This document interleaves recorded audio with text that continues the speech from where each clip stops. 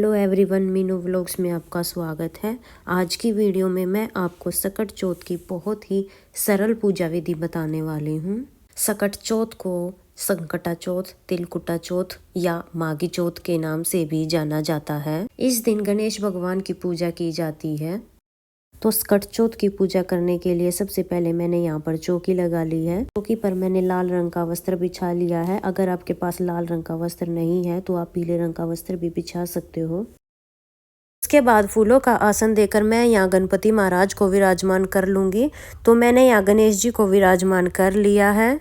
इसके बाद मैंने थोड़ी सी डेकोरेशन की है। अगर आपके पास भी आर्टिफिशियल फ्लावर की माला है या फूल है तो इस तरह से आप भी थोड़ी बहुत डेकोरेशन कर सकते हो। इसके बाद सबसे पहले यहाँ शुद्धिकरण करेंगे। तो जल के छींटे लगाकर मैंने यहाँ पे शुद्धिकरण कर लिया है।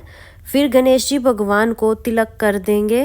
तिलक करने के बाद गणेश जी को वस्त्र स्वरूप में जनेऊ समर्पित करेंगे। जनेऊ नहीं है तो कलावे को इस तरह से 7 बार लपेटकर वो भी समर्पित कर सकते हैं। इसके बाद हम फूलों का आसन देकर दिया प्रज्वलित करेंगे। यहाँ पर मैं दिया जलाऊंगी। दिया जलाने के बाद दिए का भी हमें विधिवत पूजन करना है। दिए को तिलक कर देंगे। फिर गणेश भगवान को फूल समर्पित करेंगे।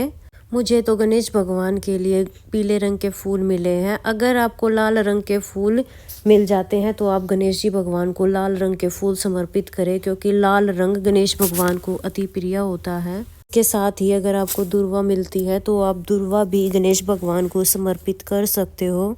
दुर्वा के आपको 11 या 21 तार लेने हैं और उसके बाद जो है उसको कलावे से बांध कर तब गणेश भगवान को समर्पित करना होता है। अगर आपको लाल रंग का फूल मिलता है तो बहुत अच्छी बात है।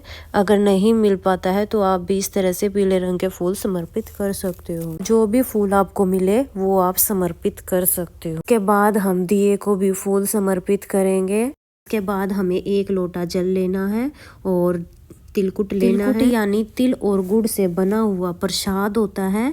गुड़ की जगह बूरा भी ले सकते हैं। तिलकुट हमें जरूर लेना है, क्योंकि इस व्रत में तिलकुट का ही भोग हमें समर्पित करना होता है। के बाद हम कोई भी ऋतु फल समर्पित कर देंगे। यथासंभव हम अपनी दक्षिणा समर्पित कर देंगे।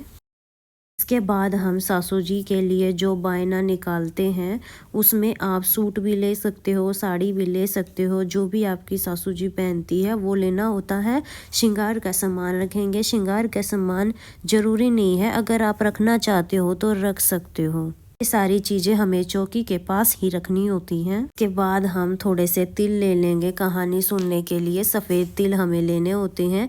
थोड़े से तिल गणेश भगवान को समर्पित करेंगे। ये तिल हमें साबुत ही लेने होते हैं। थोड़े से तिल हम दिए में डाल देंगे। बाद जो हमने लोटा लिया है उस पर तिलक करेंगे, स्वास्तिक बनाएंगे, क्योंकि स्वास्तिक का चिन्ह बहुत ही शुभ होता है। बाद धूप दीप दिखाएंगे और सकट चौथ व्रत कथा सुनेंगे। कथा सुनने के लिए हमें हाथ में साबुत सफ़ेद तिल लेने होते हैं और फूल लेना होता है।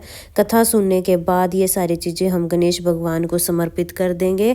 थोड़े से तिल हम लोटे में भी डाल देंगे। सकट चौथ की व्रत कथा आपको मेरे चैनल पर मिल जाएगी, वहां से आप सुन लेना। इसके बाद जो हमने तिलकुट चढ़ाया है उसको हम थोड़ा सा अलग रख लेंगे। बाकी तिलकुट जो कटोरी में चढ़ाया है वो बायने के साथ ही मिनस देंगे। तो तिलकुट हमने अलग से निकाला है। इसको जब हम रात को चंद्रमा को अर्घ देंगे तो चंद्रमा को इसी से जिमाएंगे। को चौकी पर ही साथ में रख लेंगे अलग से। इसके बाद हम गणेश जी की आरती करें। इस तरह से हमें अपनी सकट चौथ की पूजा करनी है। इसके बाद हम हाथ जोड़कर पूजा में रही कमियों के लिए क्षमा याचना करेंगे और अपनी मनोकामना को पूर्ण करने के लिए गणेश जी भगवान से प्रार्थना करेंगे। बाद जो ये जल का लोटा है ये सूर्य देवता को अर्घ दे देंगे, क्योंकि हम दिन में कहानी सुनते हैं तो ये लोटा सूर्य देवता को अर्घ दे देंगे।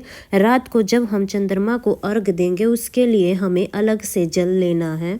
इस तरह से हमारी पूजा पूर्ण हो जाएगी। रात को चंद्रमा को अर्घ देने के बाद ये दक्षिणा, तिलकुट और ये सूट हम सासू जी को दे देंगे। ये सूट सासू जी को दिया जाता है। सासू नहीं होती है तो ननंद को दिया जाता है। बड़ी जेठानी को भी ये सूट दे सकते हैं। ये थी सकट चौथ व्रत की बहुत ही सरल पूजा विधि।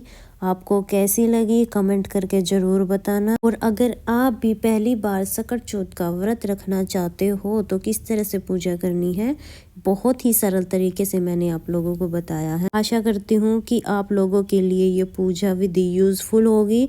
अगर ये वीडियो आपके लिए थोड़ी बहुत भी यूज़फुल है तो मेरे चैनल को सब्सक्राइब कर लेना, मेरी वीडियो को लाइक कर देना। जय गणपति बाबा। अब मिलेंगे नई वीडियो में नए टॉपिक के साथ।